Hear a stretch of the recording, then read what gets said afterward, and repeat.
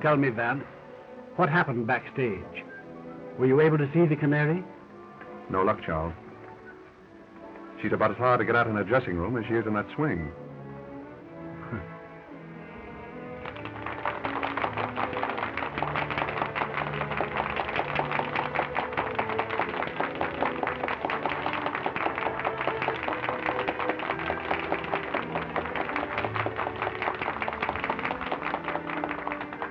If you want an idea of what I ran into back there, let me point out a few of her admirers.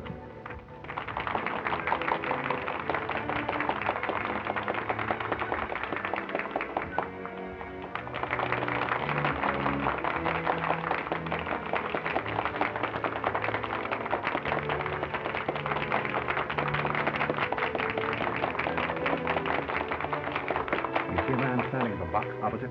Yeah.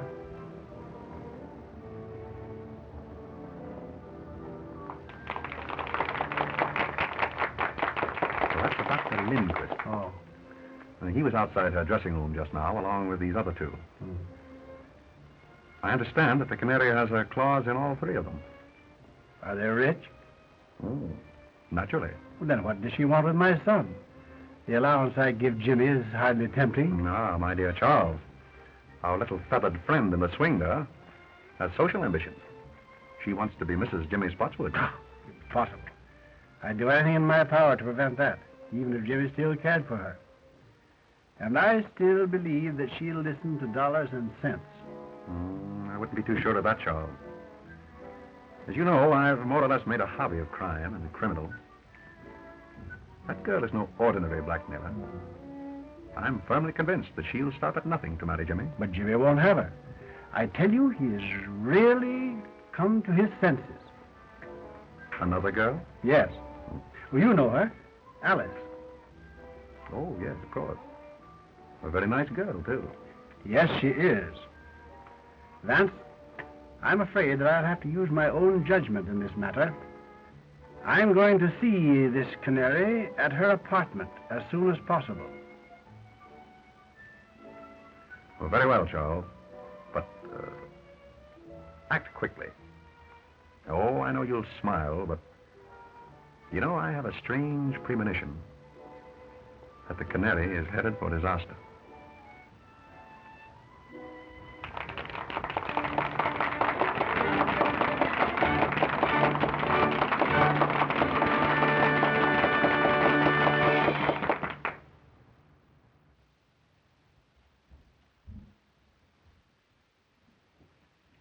Evening, Mr. Spotswood. Hello there. Shall I announce you to Miss Odell? No, don't bother. That's perfectly all right. Very well.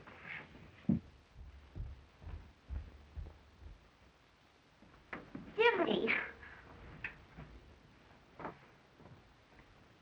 Alice. Jimmy, you were going to see the Canary again. No, I wasn't, dear. In fact, I just started to put this note under her door to tell her so.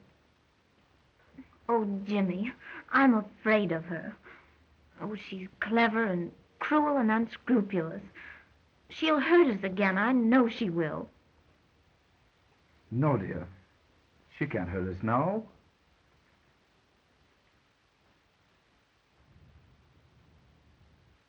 Hey, boy, will you announce my name? Never mind. Yes, sir. Hello, Jimmy. Why, hello, Dad. Good evening, Alice. Good evening, Mr. Spotswood. You know, I'm delighted that you and Jimmy have made it up again. Thank you. You know, I'm going to try to show you that all showgirls aren't like, well... Like the Canary, eh? Yes. Yes, I want to talk to her. Do you suppose she's home yet? I suppose so. No, Dad, you're a regular guy for helping me on this thing. You know, if the Canary ever came between Alice and me again, I don't know what I'd do. I don't know what I'd do. It's all right, Jimmy. I'll do everything I can. Shall I go along with you? No, I can handle this better alone. I'll send in my name now.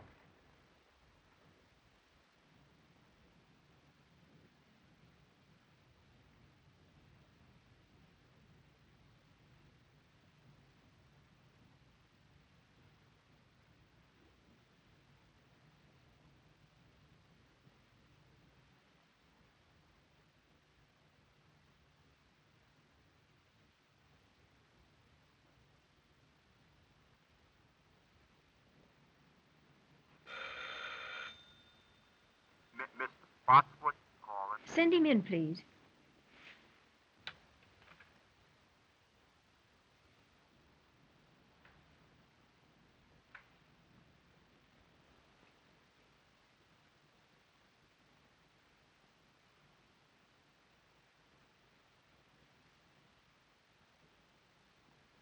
Good evening, Miss Odell. Good evening.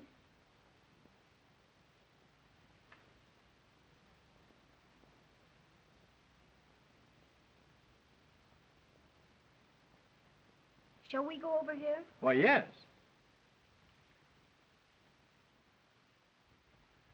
Will you sit down? Thank you. Well, I don't think we need waste any time, Miss Odell. You know why I am here. How much? Nothing doing, Mr. Spotswood. I've decided to marry Jimmy. I'm afraid that marriage is quite out of the question, Miss Odell. Oh, you're sure about that, are you? I'm positive. Well, how would you like me to tell the world about Jimmy's embezzling from your bank? What? You heard me. You know, Jimmy has a weakness for writing letters, and I have a weakness for using. If Jimmy did write you a letter, you'll tear it up. Now, before I leave here.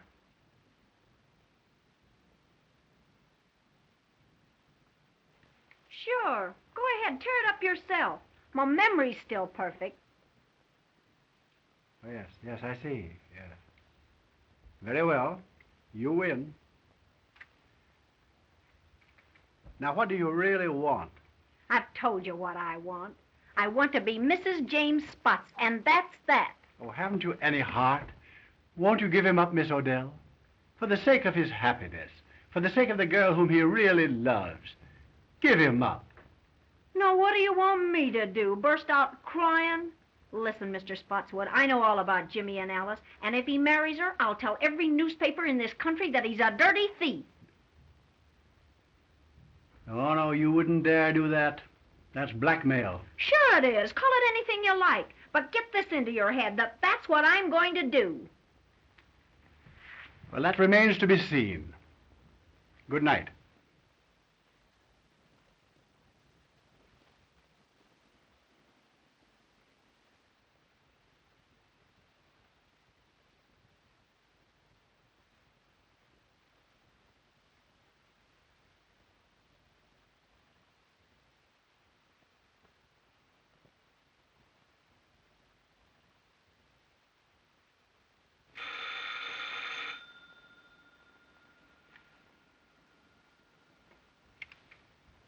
Mr. Cleaver, please.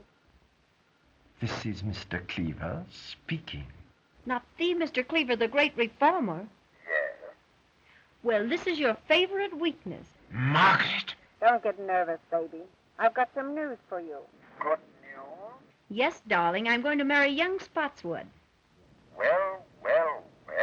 May I send you my heartiest congratulations? You bet you can. But send them from Tiffany's. What's that? You heard me. And send me one of those fancy autographs of yours on a nice fat check. I'm very sorry, but I'm afraid I shall have to refuse. Ah, be yourself. Big reformers who lead double lives can't refuse. Now look here. I'll see you dead first. Listen. You'll be here after the theater with the dough and like it. The little rat.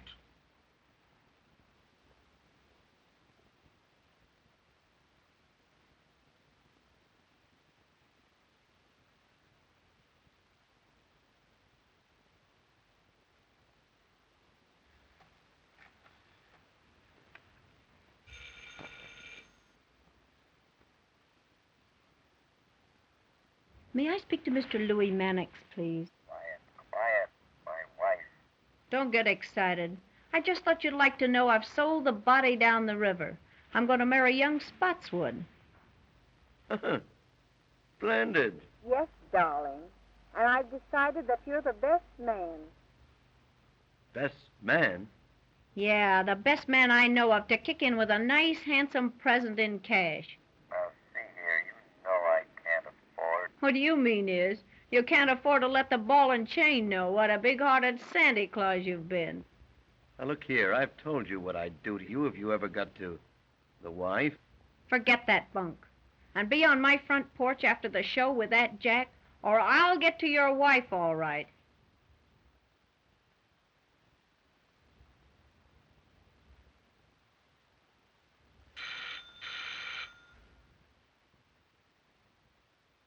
It's Dr. Lindquist speaking. Oh, yes, Dr. Lindquist. How would you like to do me a little favor? Why, certainly, Margaret. I'd do anything for you, you know. How would you like to go jump in the lake? Oh, Margaret, don't joke with me. I'm not in a mood for it. Ah, get wise to yourself. I'm through with you. You give me the willies. I warn you, Margaret. I'm desperate. If I can't have you, no other man shall ever have you alive.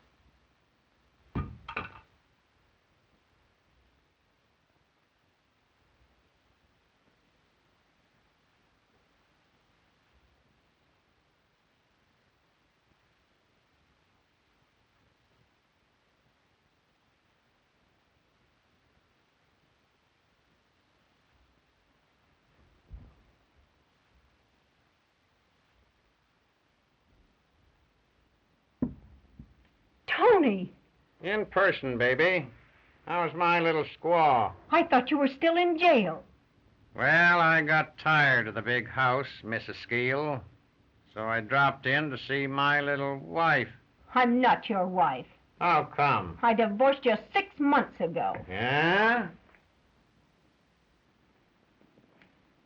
Listen, baby. A little thing like a divorce don't mean anything to me. I heard you taking those suckers down over the phone. And I'm in and in on the works. 50-50. You big crook. You're not in on this one. Don't, you big heel. Say, I ought to bump you off. You're doing your swing for it. Huh? Well, maybe it'd be worth it. Now get this. I'm in on this racket. I'll be back for my cut. Yeah? Try and get it.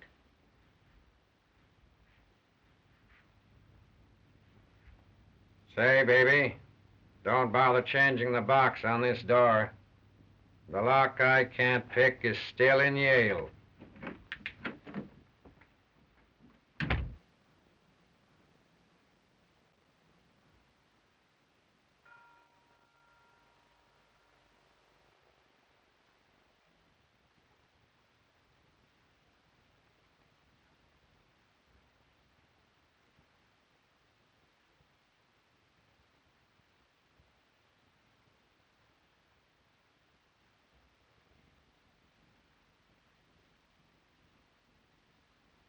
Miss Odell, may I see you for a few moments, please? It won't get you anything, but come ahead. Thank you.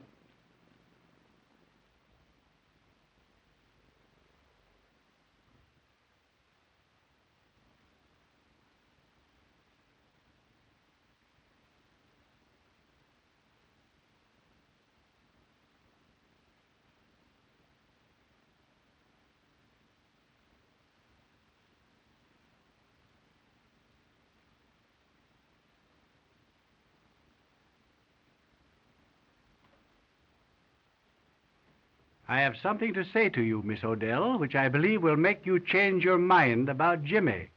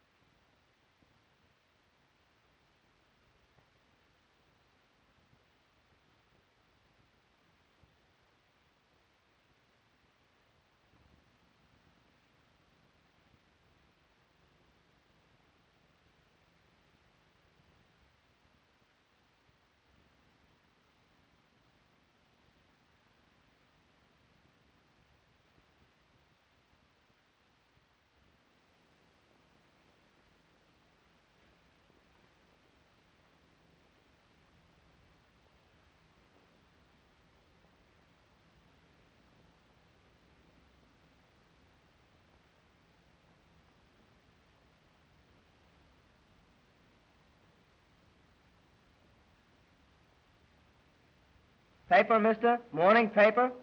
No. No. No.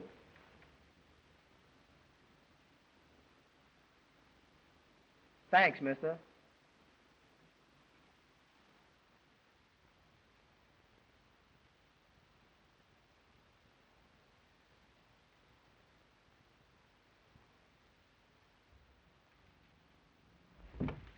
Very well, Miss Odell. That suits me perfectly. Think it over tonight, and I'll come for your answer in the morning. Good night.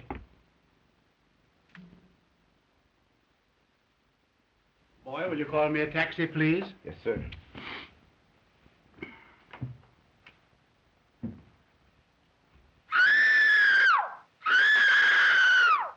Well, what's that? Miss Odell!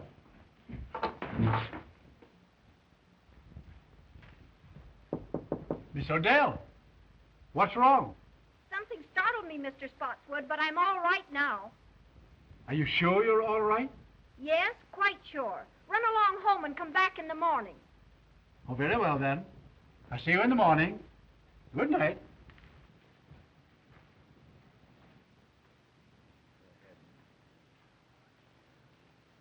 Stuyvesant Club. Yes, sir.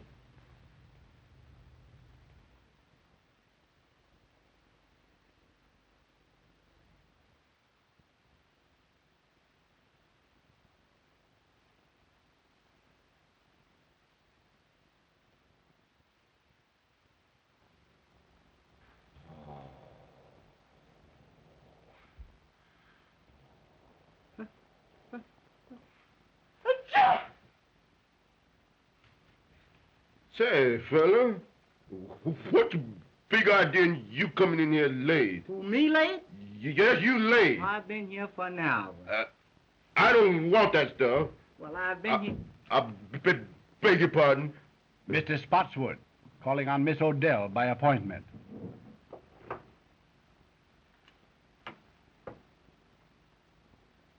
She don't answer. Has she gone out, do you think? I've been on all night. And you haven't seen her go out? No, sir. That's funny. Do you suppose she can be ill? But we may go and knock. Yes, let's do that.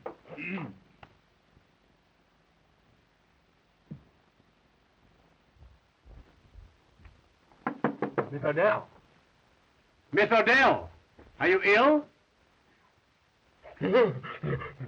No. What's the matter? Something has happened. Go get your pass key. Yes.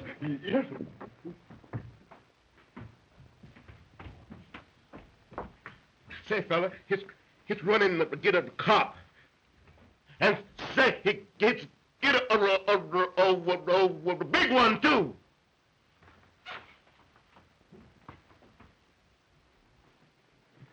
You better let me have that.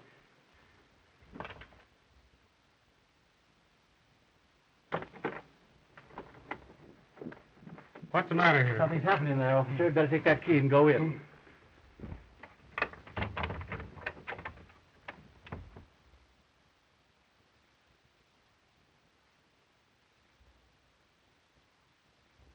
He's dead.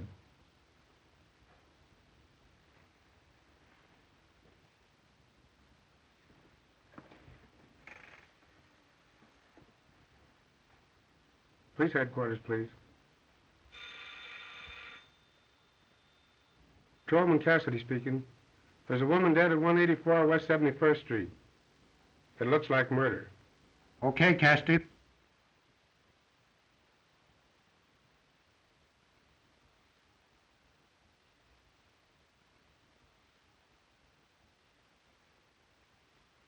She's been dead since midnight, Sergeant. Strangled to death. That long, eh?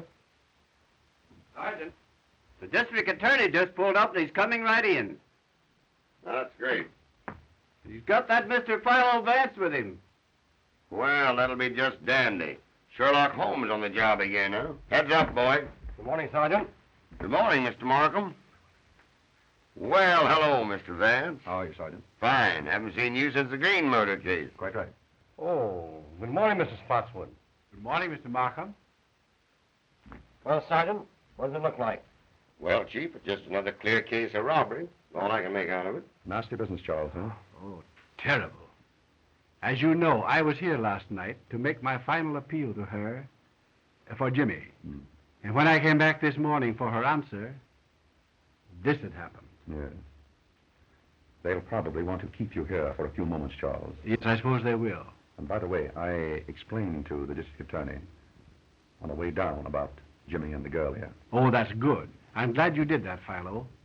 You know, if I can tell you anything that will help... Well, perhaps later, Charles. Meanwhile, I'll have a bit of a look about.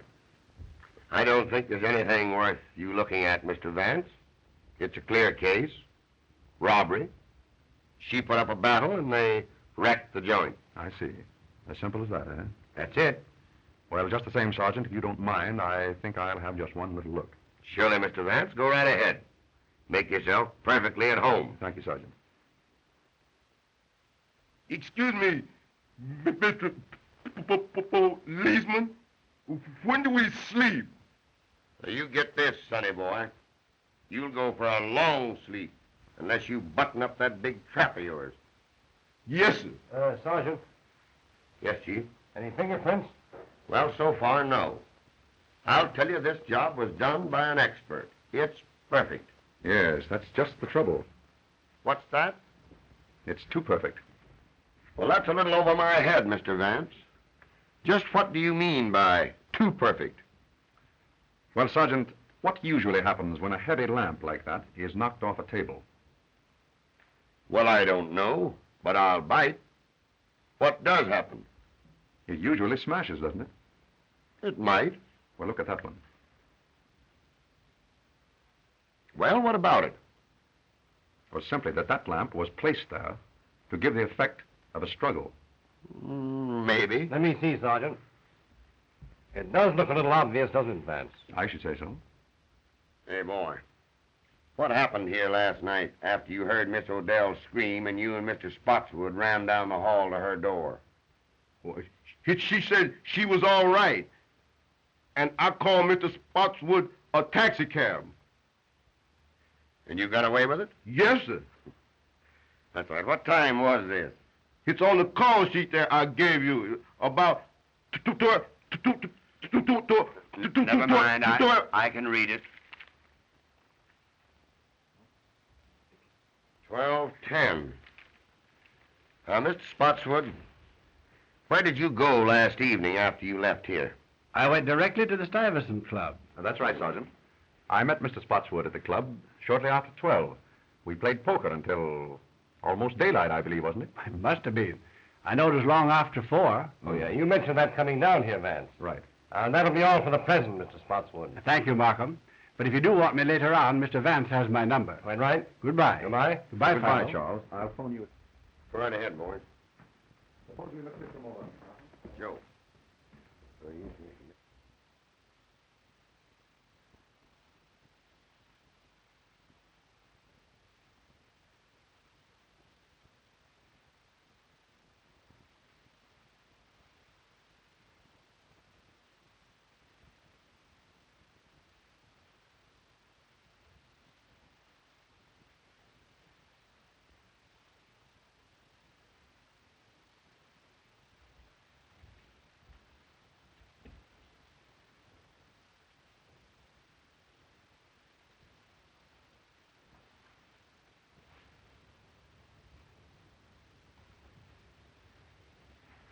Oh, Sergeant, would you step over here for a moment, please? All right, Mr. Vance. What is it now? Do you observe anything peculiar here?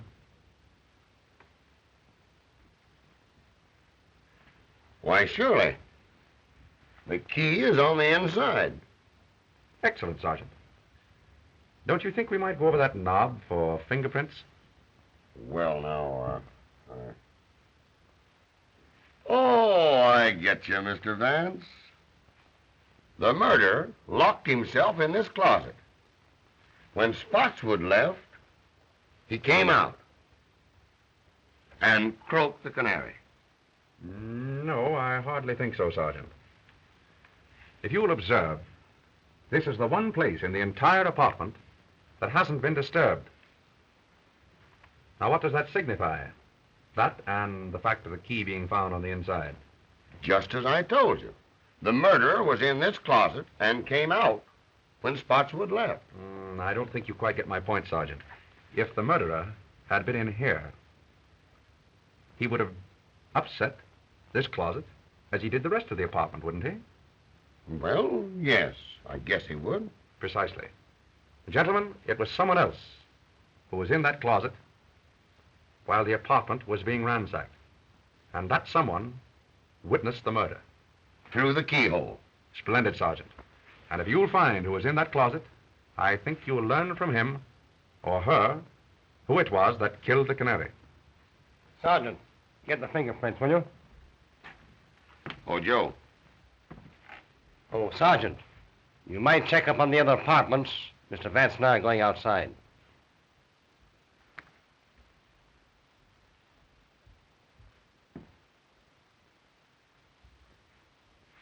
You, come here. Yes, sir. Who lives in that apartment there?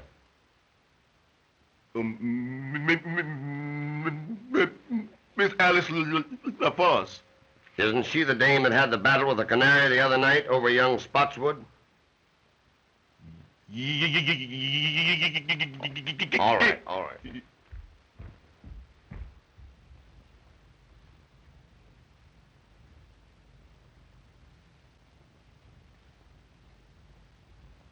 Impossible to get in here. I'd say so.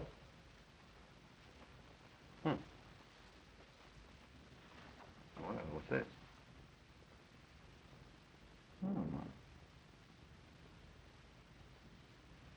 That's odd. They prove that interesting. What do you think?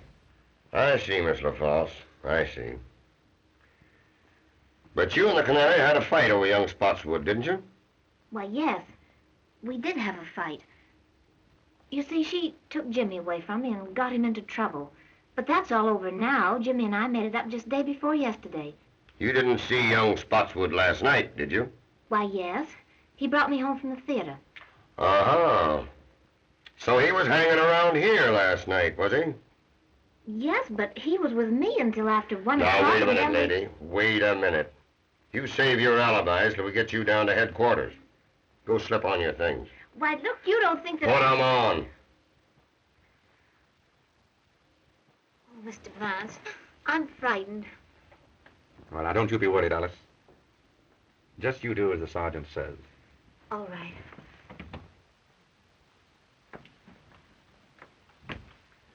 You know, I'm beginning to question this robbery theory, Mr. Vance. You and I were right. Oh, yes. Why, I can see plainly that this murder is all mixed up in a love pact. You know, Chief, I think we'd better round up this young Spotswood and give him the works. What do you say? Quite right, Sergeant. Markham, I'd like you to add a few names to that list, if you don't mind. The men I mentioned on the way up here. Dr. Ambrose Lindquist, John Cleaver, and Louis Mannix.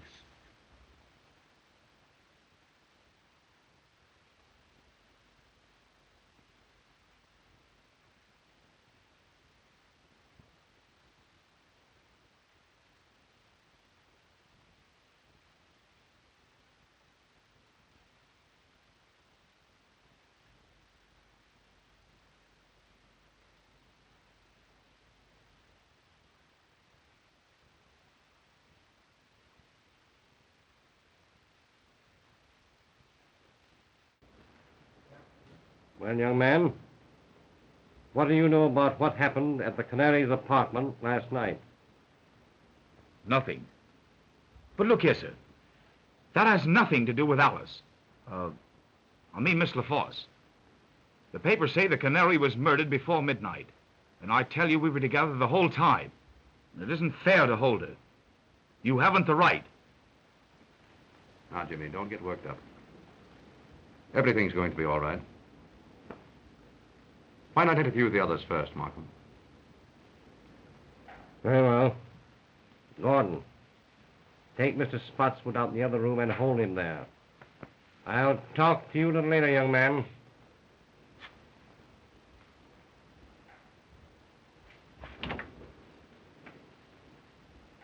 Theo. Well, who's next on the list? Mannix. I'd like to make a bit of an experiment, Markham. Have you a pad and penciled up? Yes.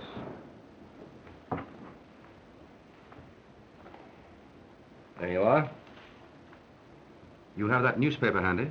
Yes, right here. All ready? All right.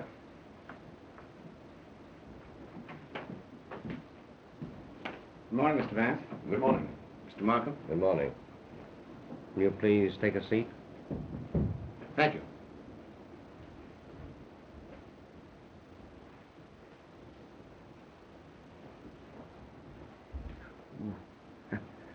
Sorry. Mr. Mannix, there are a few questions I'd like to ask you. Questions? What about? I don't know anything about this. It was a great shock to me. What was a great shock to you? Well, I thought perhaps you were going to ask me about the canary. Exactly. You read my thoughts, Mr. Mannix. Did you ever see that necklace before? Why, yes. Fact is, I gave that to Canary. Little token of esteem. Nice girl, the Canary. I'd met her once or twice. Casual acquaintance. Rather an expensive gift to give to a casual acquaintance, isn't it? Do you know that the Canary was strangled with that necklace?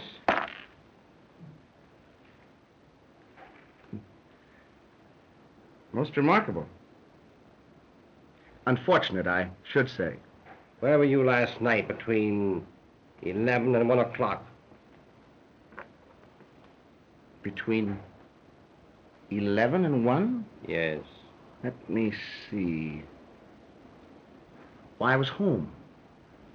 I went to bed about 10 o'clock. Tired out. You understand. Pardon me, Mr. Mannix.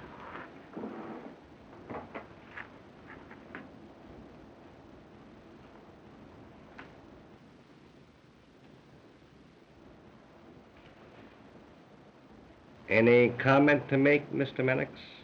Odd habit of mine, drawing triangles. Mr. Mannix, if you were in your bed last night at 10 o'clock, how did you manage to drop that newspaper just outside the Canary's apartment? That edition isn't on the streets until 11.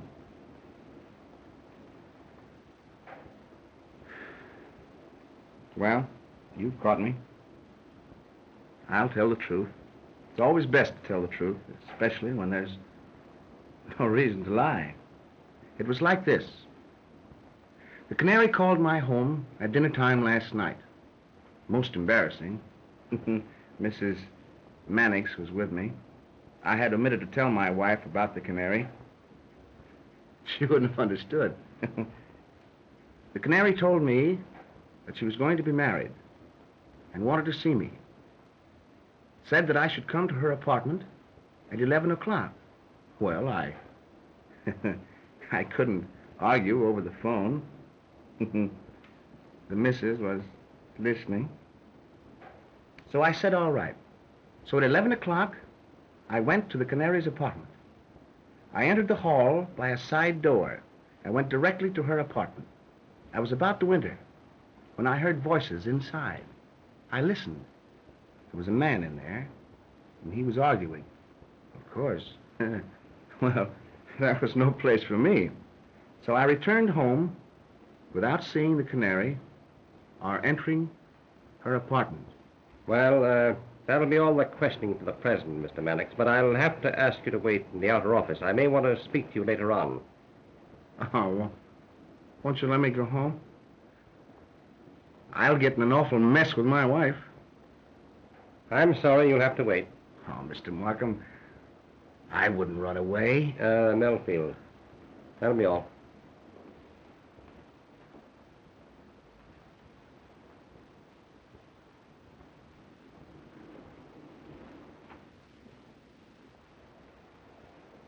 Mr. Markham, You gotta help me square this with my wife.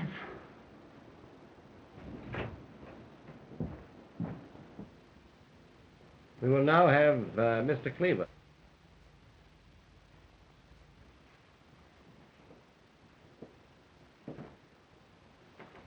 Good morning, Mr. Cleaver.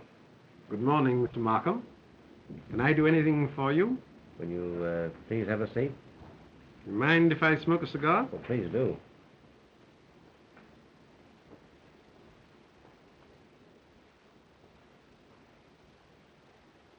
Mr. Cleaver, do you mind if I ask you some questions? Why, of course, if I can be of any help. Where were you last night between 11 and 1 o'clock? Motoring up the Hudson in the moonlight, alone. Though I don't see what that has to do with the district attorney's office. Well, only this, Mr. Cleaver. If you were indulging in the nocturnal beauties of nature along the Hudson last evening, how does it happen that this cigar band, bearing your initials, was found just outside the Canary's window at an early hour this morning?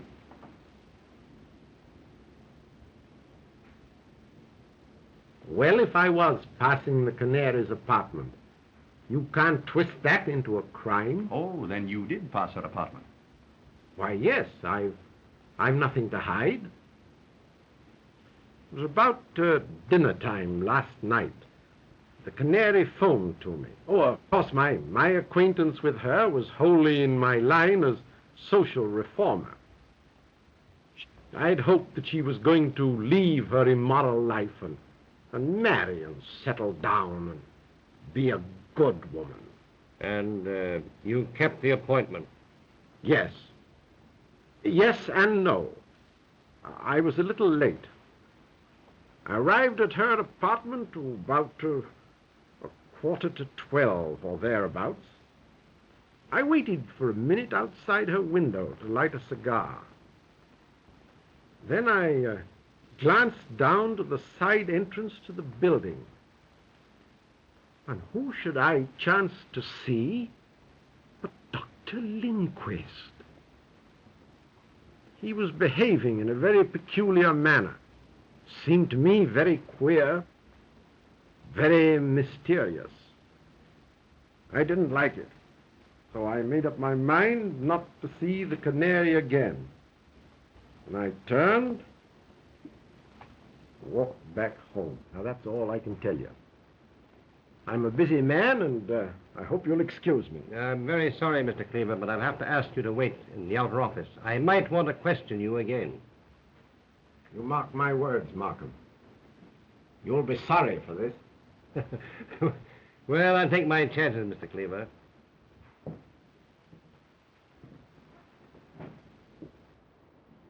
Charming fellow, Cleaver.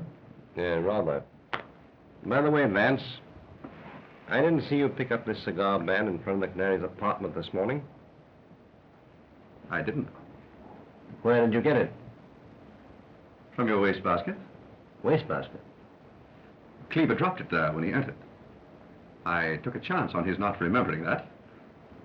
It seemed to work. Well, I'll be... Very good. Dr. Lindquist. Go. Come on, Doctor. Take your hand. Hey, Chief. We caught Dr. Lindquist just as he was leaving town. That's a lie. I was on the way to a patient. Won't you please sit down, Doctor? I'd like to ask you a few questions.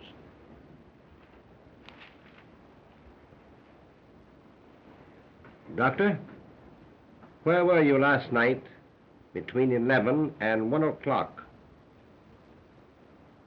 None of your business. It is some of my business. You were seen coming out of the Canary's apartment at midnight. Not so fast, Doctor. Calm yourself, Doctor.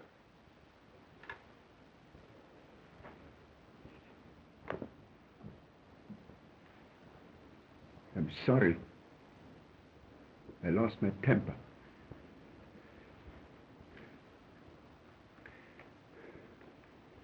I'm under a terrible strain.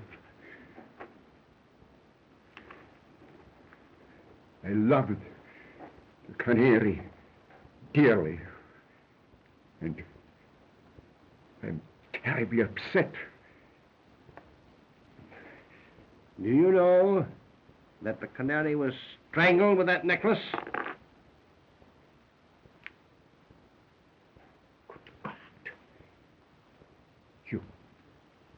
You don't accuse me? Now, Dr. Lindquist, there's really no need for you to be excited. Now, Mr. Markham here is merely trying to find out what you know. No. I know. One moment, Doctor. Nothing.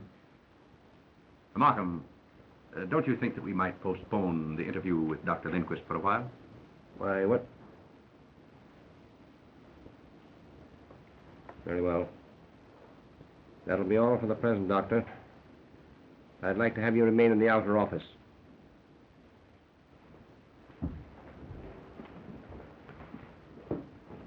Come on, Doctor.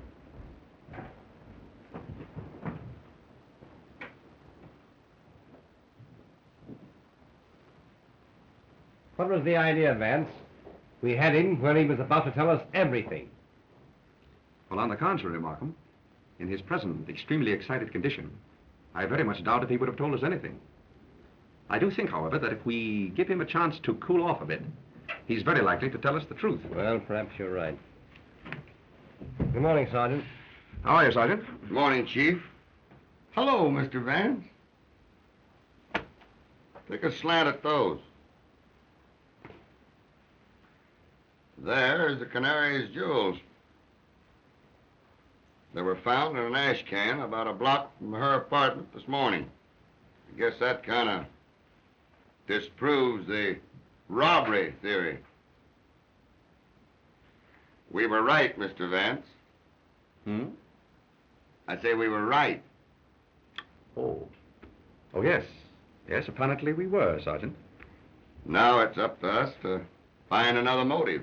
Yes, quite right, Sergeant. You know, Markham, I've been thinking this over all morning.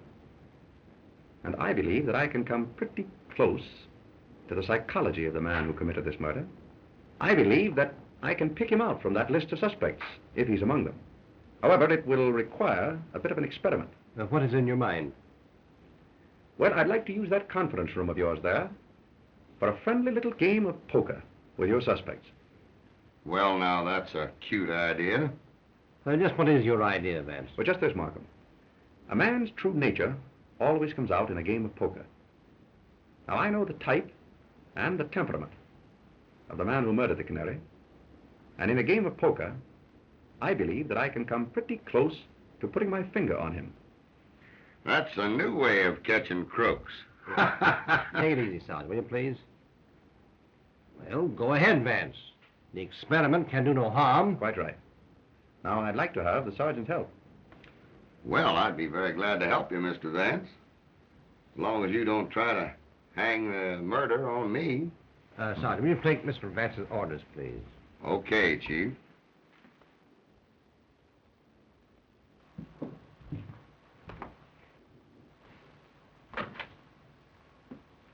Will you get me a deck of cards and have some poker chips handy just outside there? That's easy. Then bring in the suspects and impress upon them that they may be detained here for quite a while, possibly 2 or even 3 hours. Well, that's okay, Mr. Vance, but how are you going to get these suspects into this poker game without it appearing phony to them? Well, Sergeant, I rather think that the power of suggestion will take care of that. Oh, power of suggestion. Exactly. Now, Sergeant, look in from time to time. And when I pull my handkerchief from my pocket, so, break up the game by telling them that they're all free to go home. Understand? I get you. But when you release them, I'll have my boys tail them. Very good, Sergeant. And Mr. Vance, here's to the power of suggestion.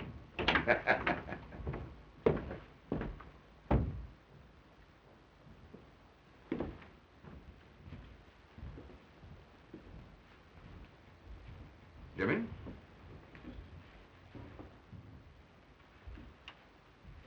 Now, gentlemen, you're liable to be here for 2 or 3 hours. Perhaps longer. That's outrageous. Just make yourselves at home. So, you know, this is going to get me in an awful mess with my wife. That is of no interest to me, sir. I'm sorry. What's the idea, Mr. Vance? Well, what are they going to do with Alice? Now, Jimmy, don't you worry. Nothing's going to happen to Alice. Say, Mr. Vance, you know, this is going to get me in an awful mess with my wife. My wife's a wonderful woman and all that, but sometimes she just doesn't understand me. The last time I was a little indiscreet, it cost me a fur coat. I hate to think what this is going to cost. So don't you think if you put... Oh, I beg your pardon, I'm sorry. Mr. Vance, you haven't got an extra pack of cards, have you? I'm sorry, Mr. Mannix, but you're welcome to these. Oh, no. Thanks, just the same. I wish we could play a little cards.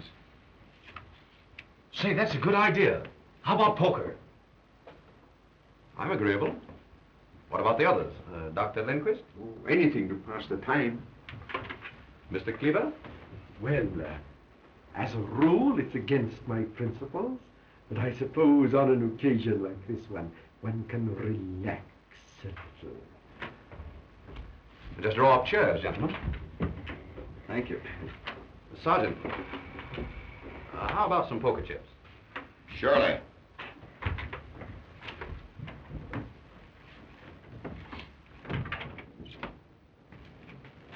Chief. Yes? Mr. Spotswood is here. Have him in. Come in, Mr. Markham. Good morning, Mr. Spotswood. Good morning, Markham. Good morning. I say, Markham, what are you holding Jimmy for? Surely you're not accusing him. No, of course not. We're simply trying to find out what he knows, that's all. Oh, yes. Where is he now? Why, in the other room there with Vance. May I see him? Why, certainly. Of course you could. Vance, Mr. Spotswood is here.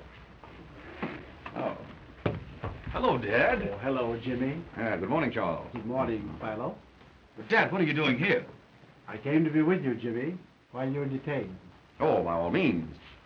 We've just started a little game of poker here, Charles. Would you like to join? Come on, Dad, sit and take a hand. Well, all right. I'll sit in. That'll be fine. Suppose you take that chair, Charles. Thank you. Gentlemen, this is Mr. Spotswood. Mr. Mannix.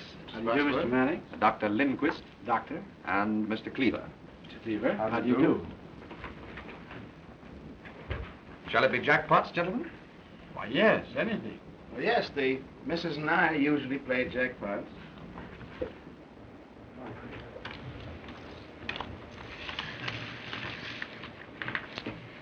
Cards?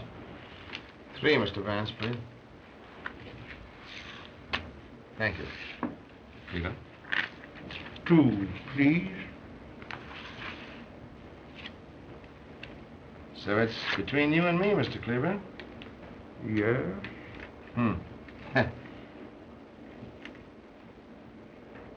I'll bet a white one.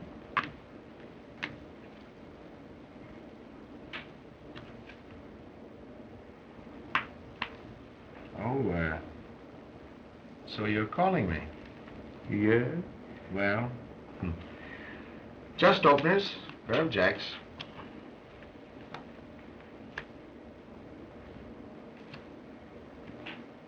Three aces. Oh. So you called a one-chip bet with 3 aces.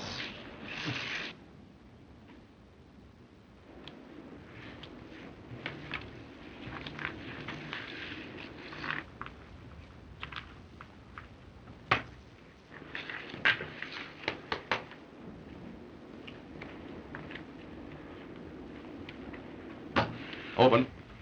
I'm out.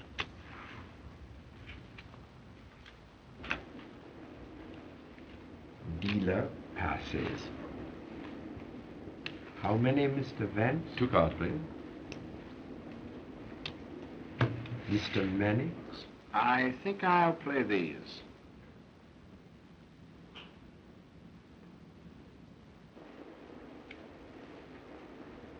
I'll check the bet to you, Mr. Mankiewicz.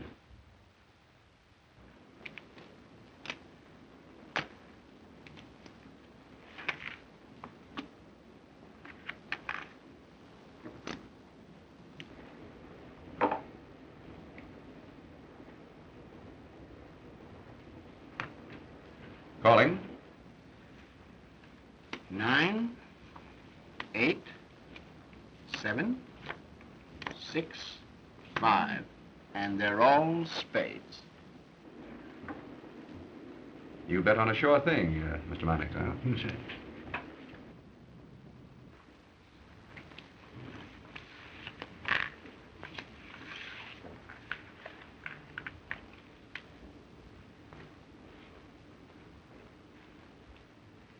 I open for 1. I'll stay. Oh, let's make it a little more interesting. 10 more. Well, that lets me out. I'm out. And me. I'll stay with you, Charles. Cards, gentlemen. 3 for me, please. 1, 2, 3. Mr. Spotswood? I have plenty.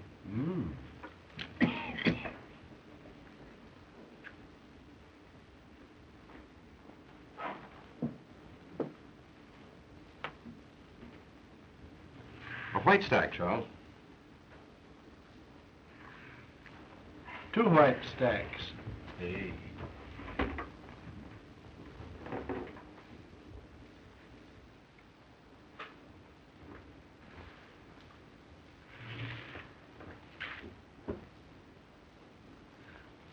Up 2 chips, Charles.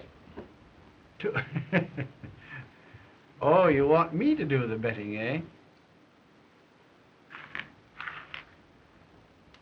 All right.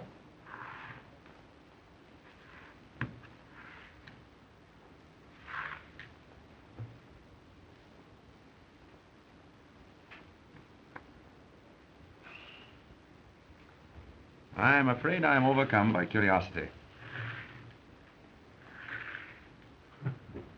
What have you?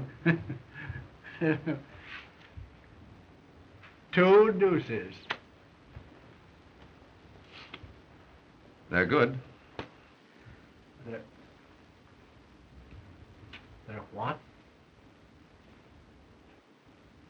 Well, why the philanthropy, fellow? Well, I had ace high.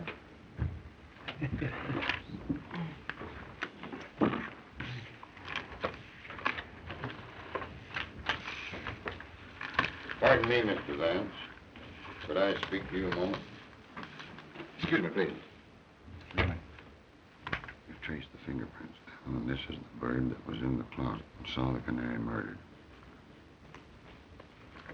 Gentlemen, here is the man who was in the canary's clothes closet and who witnessed her murder. Well, I shouldn't like to be the man he saw. Thank goodness he didn't see me through the keyhole. So that man witnessed a murder.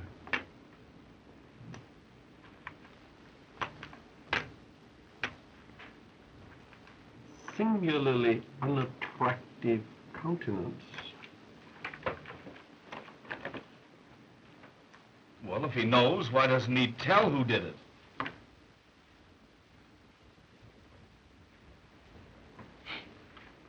Gentlemen, I've been instructed by the district attorney to inform you that you're all free to go home.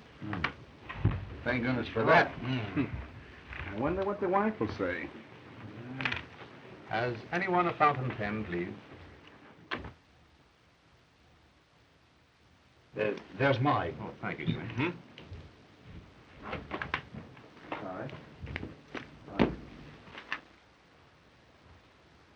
Now, what I didn't tell you about this bird, Mr. Vance, in front of the others, is that he phoned in and said that he'd be in the district attorney's office tomorrow and spill the whole works.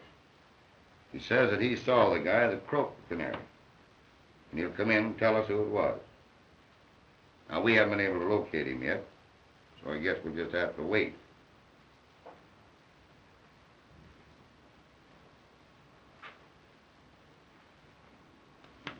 Well, Sergeant,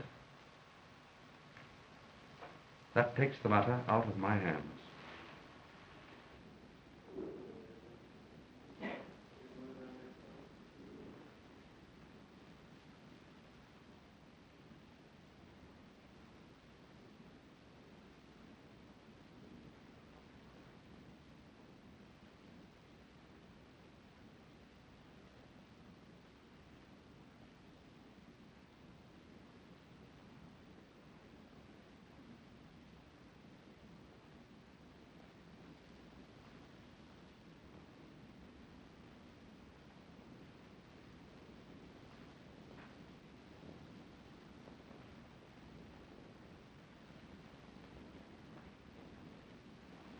Markham, there can be no doubt of it. The same person who strangled the canary strangled Skeel. This new murder was done to cover up the first. Skeel was obviously blackmailing the canary's murderer. He threatened to inform the police of what he had seen through the keyhole of the closet.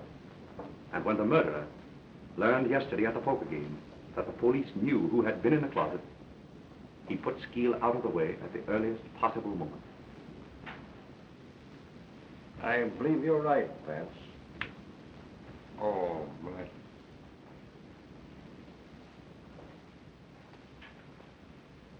Did any of the suspects get away from your men last night? We never lost sight of Mankiewicz, Mannix, and the girl.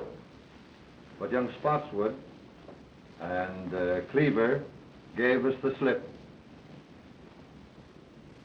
That'll be all. Okay, Chief. Vance? That leaves Jimmy and Cleaver. Morning, Chief. Good morning, Heath. Boys. Hello, Mr. Vance. Good morning, Sergeant. Well, Chief, everything's okay.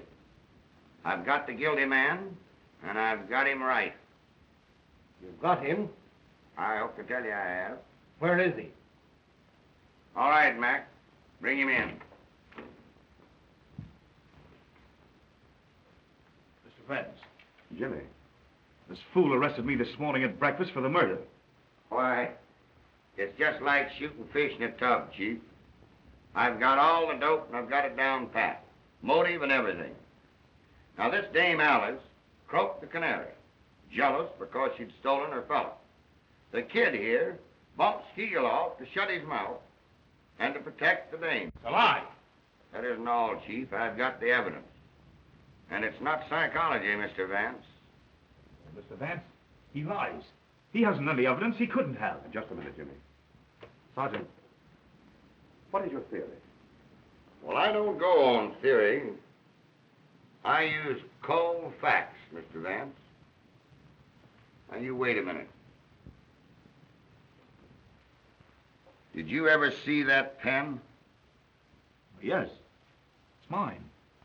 You bet your life it's yours. Take a look at that pen, Mr. Vance. Chief? Well? Now listen to this. This morning I found that pen on the floor there by the table where Skeel was murdered. And the kid here admits that it's his.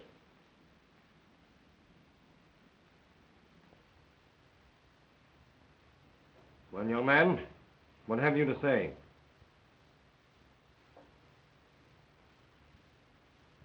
Yes, I killed them.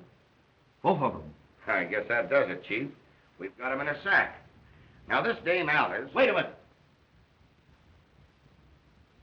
You've got what you wanted. Now, take me out. Take him away, Mac.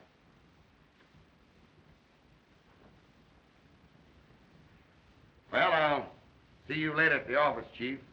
All right, Heath.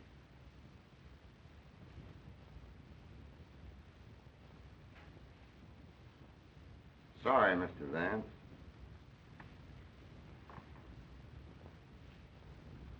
Well, Vance, I guess that closed the case.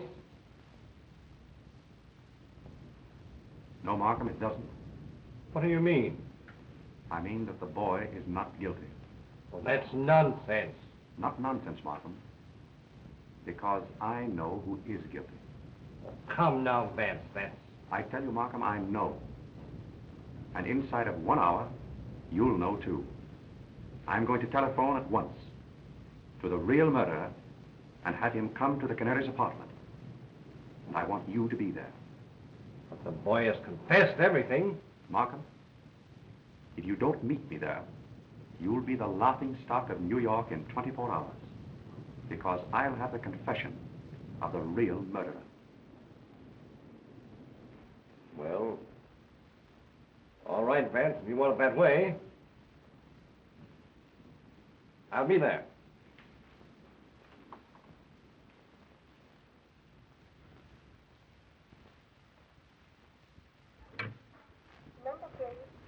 Bayview 2121. Bayview 2121. Yes, please.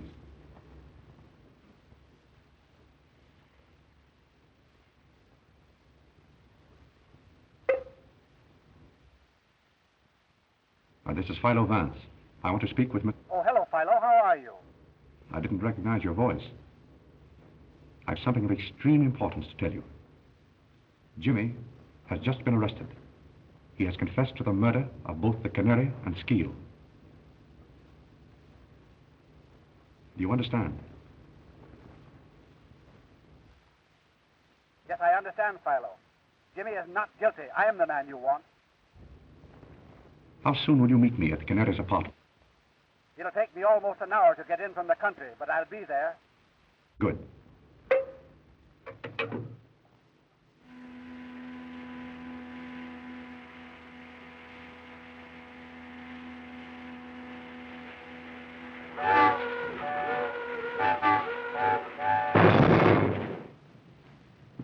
It's been over an hour now, Vance. Now, don't be impatient, Markham. He'll be here.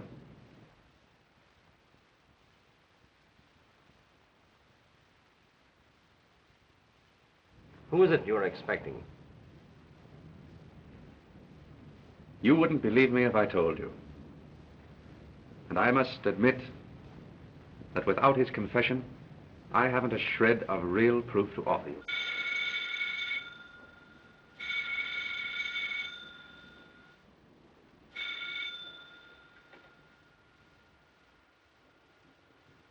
Hello? Yes? This is Mr. Vance speaking.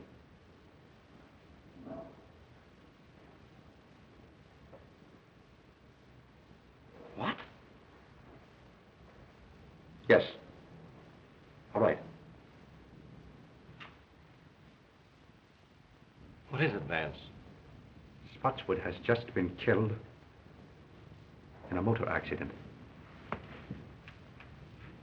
Spotswood killed?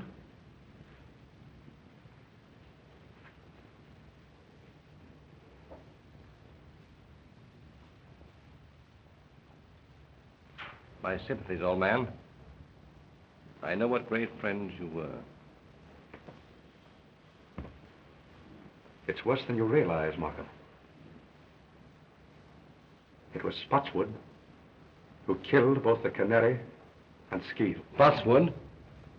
I've known it ever since the poker game. But how could you know?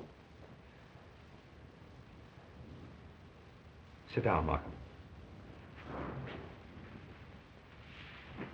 It wasn't really so difficult. Remember, the man who committed this particular crime must have had certain definite qualities. A mind capable of working out a well-planned and brilliant course of action. Willing to take a desperate chance and see it through. Now consider the men in the game. Jimmy, I ruled out at the start. But I'd known him as a boy, and his youth and impulsiveness were hardly consistent with such an obviously premeditated murder. Lindquist was far too excitable and erratic to have plotted such a carefully calculated crime. Cleaver, much too cautious and entirely lacking in the necessary boldness. Mannix, timid and unwilling to take any risk except upon an absolutely sure thing. The only man at the table with enough imagination to plan such a crime and with sufficient self-confidence and daring to carry it through was Spotswood.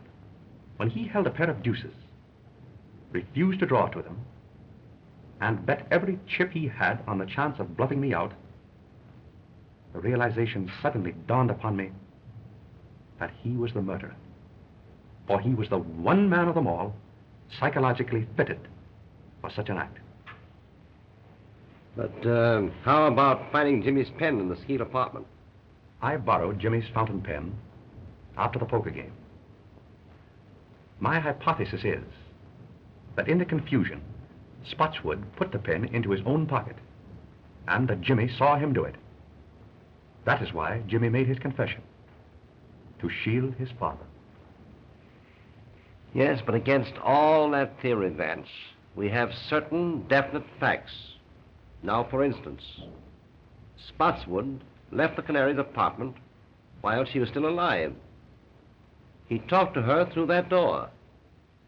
The hall boy, looking through the keyhole, saw the Canary lying on this sofa smoking a cigarette. Spotswood then went away and spent the rest of the evening with you. True. And yet I know he committed the murder.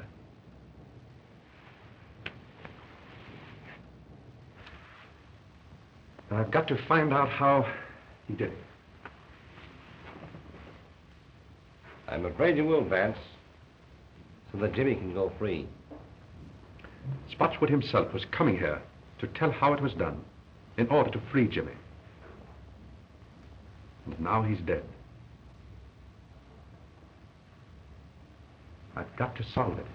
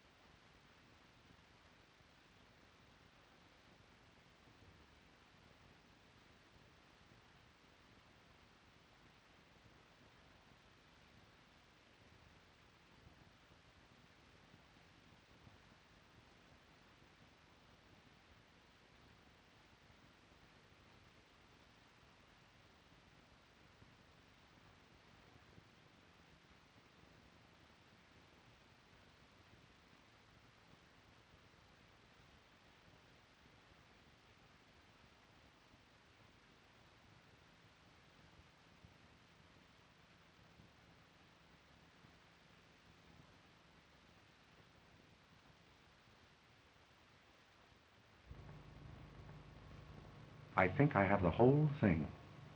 Now follow me closely. The canary was lying there.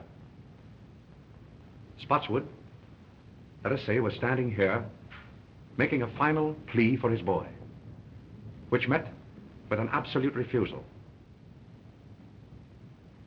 He walked around to the head of the sofa. Suddenly, he clapped his hand over her mouth, and with his other hand, caught her necklace. And before she had a chance to cry out, he strangled her. He then proceeded to set the stage, to make it appear that the crime had been committed with robbery as a motive. He stripped her jewels from her and placed them in his pocket. Then, he took a cigarette from that box and lit it. He laid her hand here, placed the cigarette between her fingers, so that in case anyone should look through the keyhole of that door there, it would appear as if she were lying here smoking. He then overturned the entire apartment to make it look as if a burglar had ransacked the place. Now just step over here, Markham. He came to this closet door, but he couldn't open it. Skeel had locked himself in, though Spotswood didn't know that. And Skeel, through the keyhole, saw everything that Spotswood did. That accounts for the orderly condition of this one closet when everything else in the apartment was ransacked. And that, Markham, was the technique of the crime itself. But that doesn't account for the fact that... Just a minute. I haven't quite finished. I want you to go out into the hall and stand at the desk where Spotswood stood when he ordered his cab. Very well.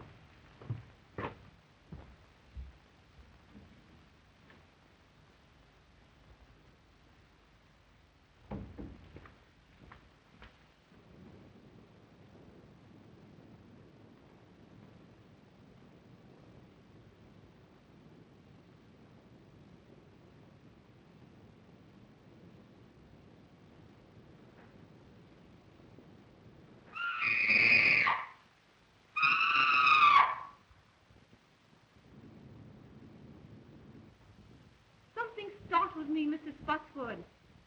But I'm all right now.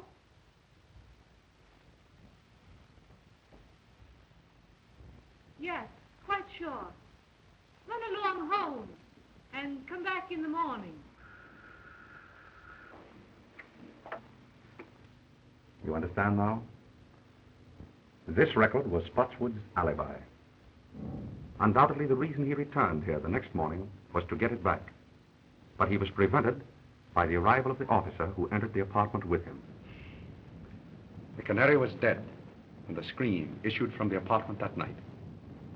She was dead when she apparently spoke to Spotswood through the door. But what clue led you to the phonograph record?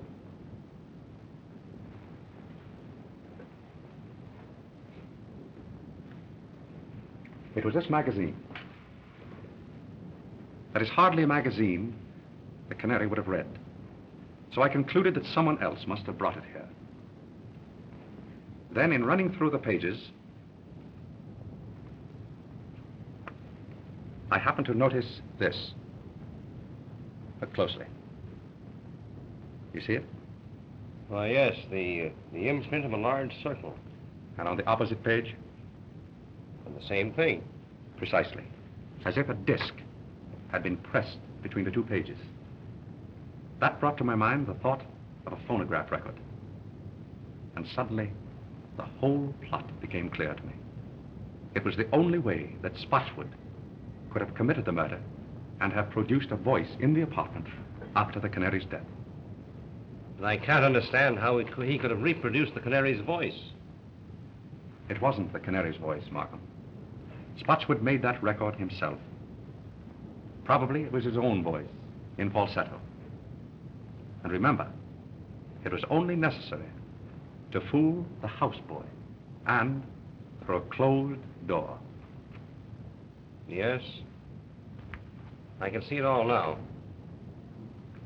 He played the game shrewdly and boldly. It was Jimmy's whole life's happiness that was at stake. And Spotswood risked his own life for his boy.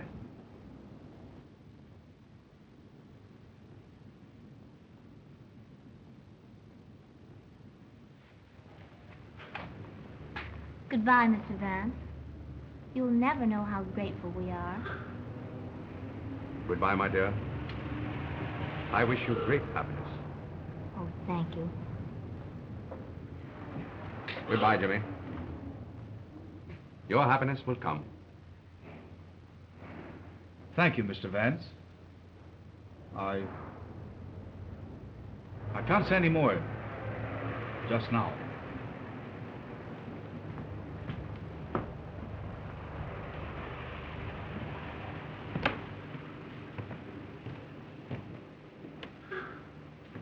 Well, Mr. Vance? Well, Sergeant. I guess we put it over again. Right you are, Sergeant. Many thanks. Well, I'll be seeing you later. Goodbye. Goodbye, Sergeant.